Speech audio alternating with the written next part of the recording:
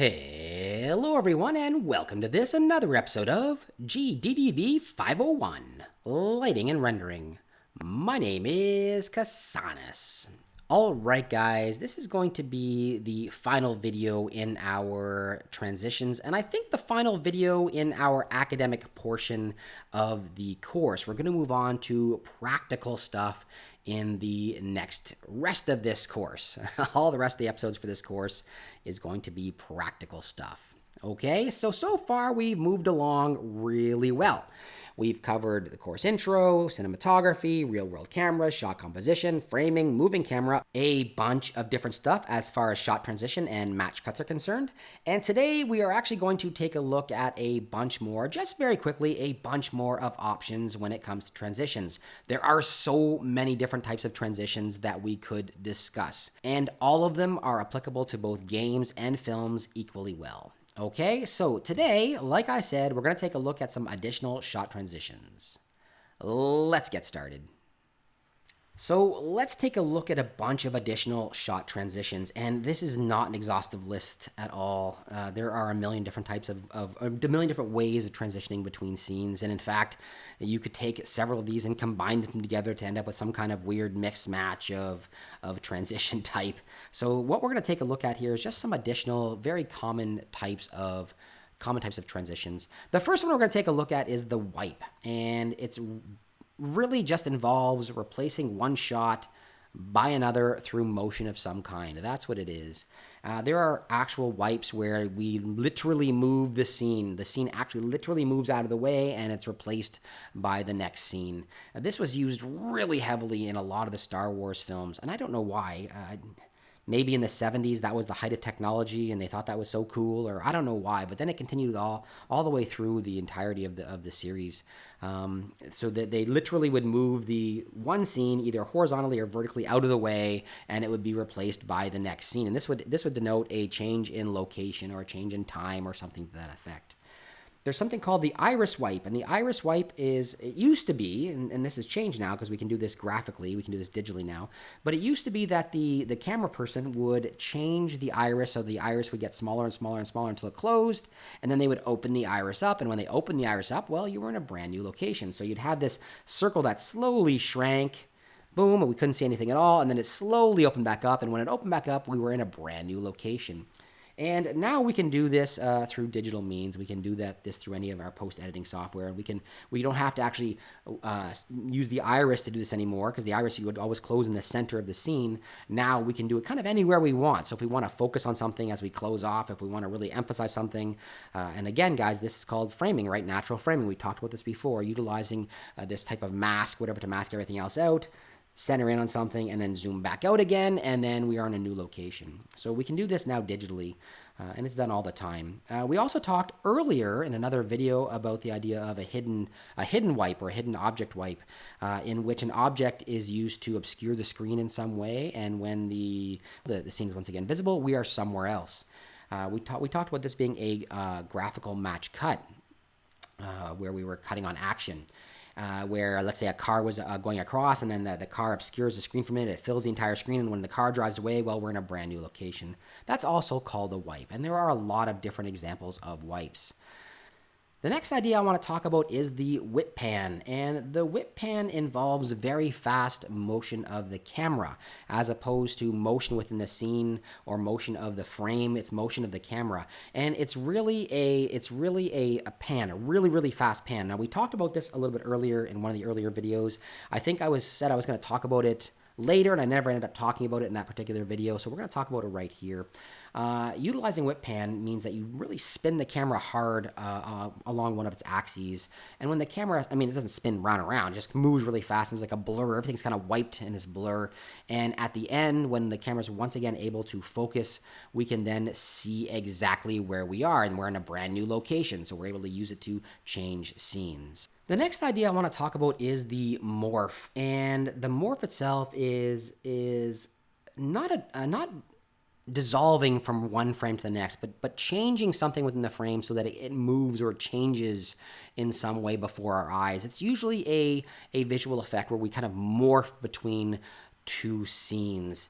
So it's not a dissolve. It's not like a cross dissolve where we're slowly fading one of the scenes out and bringing the other scene up, the opacity up. It's not that at all. It's actually when we're literally changing something within the scene, so we change time and location. Let's take a look at an example from Saving Private Ryan, where the young Private Ryan becomes the old Private Ryan, and we understand now that we are changing time, or changing across history is what we're changing. So like we're moving ahead in time. Okay, so watch what happens here. We've got the young Private Ryan thinking about how hard his life was and how much he's lost. And then slowly over time, we're going to see his face morph into the older Private Ryan, all right? And this to us represents a change in time, right? We don't think that this guy suddenly right there on the spot during World War II changed into an old man. Instead, we understand that we have now moved ahead in time as far as the film is concerned, and we are looking at the older version of Private Ryan. And again, they used a match cut here, right? They used a graphic match cut here. They made sure that the eyes were in relatively same position. They made sure everything was in relatively same position, and then the character morphed into the other one. So it's kind of like this like matched cut morph thing that they've got going on here, but we fully accept as viewers that that is the old Private Ryan, the older version of Private Ryan, far in the future from what we had previously been watching. All right, let's head back to the lecture. So we've looked at a number of different transitions and cuts, and there's just so many more that we could actually talk about. So I'm going to go through these relatively quickly. So an example, these are, again, some very, very frequently used transitions. The cutaway. The cutaway is a neutral transition shot, and it's just basically a neutral shot that's wedged between the two locations where you want to be. So let's say we have the first shot of a village. We're looking at a long shot of a village, and there's some stuff going on within that village. Then we cut to a shot of blowing grass. There's some kind of grass blowing or whatever. And then we cut to a shot of a farm, right? When we have these things, really we want to try and link the idea of the village and the farm together, and we use this neutral shot in between to just as filler, basically, to allow us to go between. It's a transition between those two locations. The idea of the invisible cut is when we can hide a cut in black. So it's meant to make it look like it's one long shot that the camera never gets turned off. That's what it's meant to look like. But what we do is we instead hide the cut in black. That's basically what happens. So let's say you're walking through a location, and as you come into a dark shadow, a dark corner, as we exit that dark shadow, we are somewhere else completely. So we can't actually tell that the camera has cut there. The cut is invisible in every way. We don't know it actually cut, but we are now from one location to the next. They actually physically stop the camera. But for us, it appears as if it's just one long take that nothing ever happened. The hidden cut is when we utilize cuts within movement, and we talked about this a little bit already as well, where we can utilize movement to hide the cut by almost through a wipe or through a graphical match cut. And we talked about this idea already. And again, it serves the same purpose kind of as the invisible cut, where the cut itself is hidden in so we don't notice it. Again, it looks like one long camera movement throughout the entire thing. That's the intent of it through this hidden cut. We can also talk about the idea of a dissolve.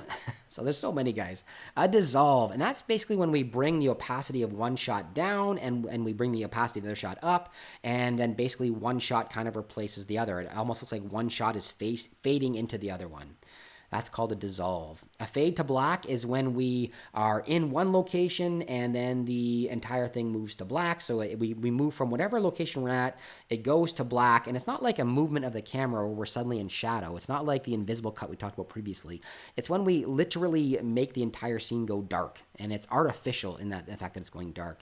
And then when we fade back up from black, we are now in a new location. And this is often used to show the passage of time or to hide cuts. I use fade to black and fade from black all the time inside of these videos you're watching right now, right? I use it to cut between the lecture and the sample videos I've got. Those are fade to black. Later on, when we start to talk about the practical side of cinematography for games, and we talk about the idea of fade to black, it's really easy to do practically, this fade to black, where we simply can utilize an overlay on our screen, and we can fade that overlay up or down, right? So something that covers the entire screen. You can utilize a panel inside of your HUD, inside of your menu, fade that panel up, and then fade that panel away. And then when we do so, when we fade up the dark image and we fade away the dark image, we're in a new location. So we'll take a look at that. That's the practical side of things. We'll take a look at that a little bit later on. So we've taken a look at a lot of different transitions in film, and I'd like to take a look at a couple of video games here. Transitions in films are really easy to see. They're really easy to find. Let's take a look at a video game here. We already took a look at a video game that utilized transitions when we took a look at The Leap of Faith earlier, The Leap of Faith from Assassin's Creed. We looked at that earlier when we talked about the idea of utilizing camera to evoke a particular feeling or mood in your player. And when The Leap of Faith was great at utilizing the camera to cause vertigo in our player. So what I want to do is I want to take a look at Uncharted 4, the beginning of Uncharted 4, the boat scene. And what I'd like to do is kind of scrub through it and take a look at the different transitions they use to make sure that the player is able to move seamlessly back and forth between narrative point and gameplay. Even during fast action, they're able to do this, and that really maintains a sense of immersion for our player. They remain immersed within the game. If the transitions are invisible, if they're not actually experiencing transitions as something that's obvious and evident, and if they're just ignoring it and they're continuing to play their game, then it's done its job really, really well. So what I'd like to take a look at is just the opening scene for Uncharted 4. Okay, let's take a look at that. Okay, so I've got here a full playthrough, a 13-hour, almost 14-hour playthrough of Uncharted 4. And we're going to spend the next 14 hours watching this video. Actually, we're not. What we're going to do is we're going to scrub through the initial part, just the first couple of things. And I'm going to scrub through it a little bit and take a look at some different transitions they had in this particular game. Let me hit play right away. And you know what? We'll use this as a kind of like an overview of what we've done so far. So I'll point out other things as we move forward as well. Let me hit play. Now, what you're going to notice right away is we start off on a black screen and we slowly fade in this initial line here, this initial quote. And then we're going to fade to black and we're going to start gameplay. So here's our initial quote. It kind of sets everything up for us, kind of gives us a feeling of what the game's going to be. And then boom, we're going to shift over into this video right here. And we start off with this kind of establishing shot, and it's not a traditional establishing shot. We're obviously somewhere in the rain. It's cloudy. We can't see very well. All this is established for us. We then utilize this circle shot in order to demonstrate who our character is. Now, this is not player controlled. We've got a view over our shoulder, and then boom, that's our first cut. Hopefully it doesn't get noticed. We understand, though, that there's a second person in the boat with us. Now, we're back to this shot, and this is great because this really introduces the fact that we have enemies coming up from behind. So in creating this initial cutscene, they want the creators want to make sure that you understand that your enemies are in boats and they're coming from behind you. They've identified your enemies as boats with lights, and they're saying, "Oh God, these guys are coming." And we understand the situation, right? This is really establishing where our enemy is. This is really, really important. And notice they have a great big space over here where they can introduce the boats that are coming as well. Okay, so this is about composition. Our characters are on the third lines. We've got our third line along this horizon right here, and the boats coming in this empty space to make sure that we can see them. Now, what we're going to do is we're going to shift into a player-controlled camera, and the transition from our game-controlled camera to our player-controlled camera should be seamless. So let's take a look and see what happens. I'm going to go down here and play once again.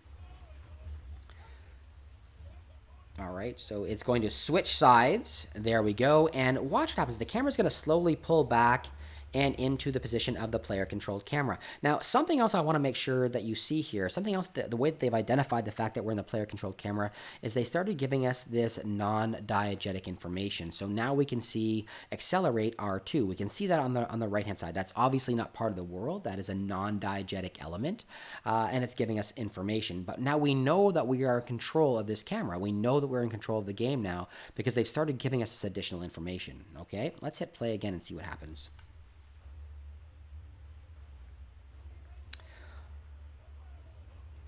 All right, so at this point in time, we are now well into you can see how the player is now able to move their camera around. They are now complete control of the camera. They knew that the enemies were coming from behind. That was really important. We established that earlier, and now they're able to look around and see those enemies coming. All right, so I'm going to skip ahead a little bit here, and we're going to take a look at what happens when we are transitioning into other gameplay. So for the next maybe 2 minutes, this gameplay continues where the player is steering the boat and they are fighting all the other boats as they come along. There's other bigger boats that are in their way and that kind of thing.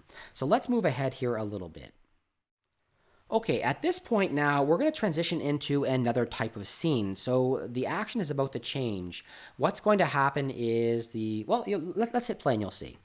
So right now there's a big boat that's trying to bomb them, dropping these mines, and they're really worried about, oh my god, we're going to get knocked out of the water. All right? Watch what happens here.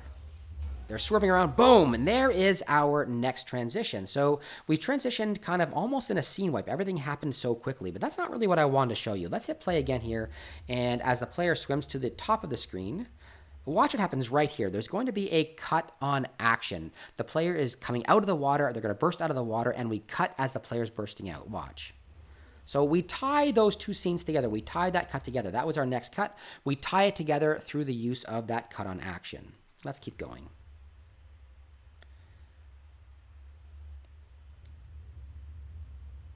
A dive, a cut with a dive, twirl around, and we're going to have a second one right here as the player comes up out of the water. Once again, cut on action. All right, and again we've got it set up so that they're immediately looking in the proper direction.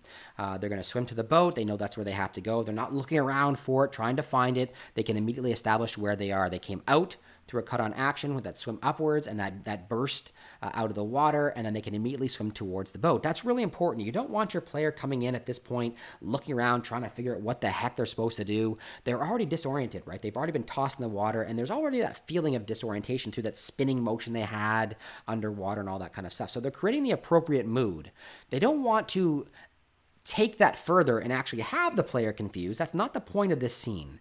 They want to have this chaotic feel, this combat feel, this chaotic feel that they've got here, this chaoticness created through combat. They want to create that in you, and they're doing that through a lot of fast movement. But they don't want to create confusion, right? Even though your actual, if this was really you and you were coming out of the water, it might take you a few minutes to look around, try and figure out where the hell you are, and then make it to your boat. But they've set up the camera in such a way that as soon as you come out of the water, that great cut on action, as soon as you come out of the water, you are immediately looking at your boat.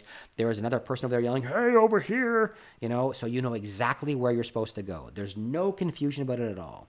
Now, we're going to go up a little bit further here. We're going to keep going a little bit further here, and we're going to watch what happens as the gameplay continues into the boat. Let's hit play. All right, swimming up, grabbing in, and we are going to go back to a player-controlled camera in just 1 minute.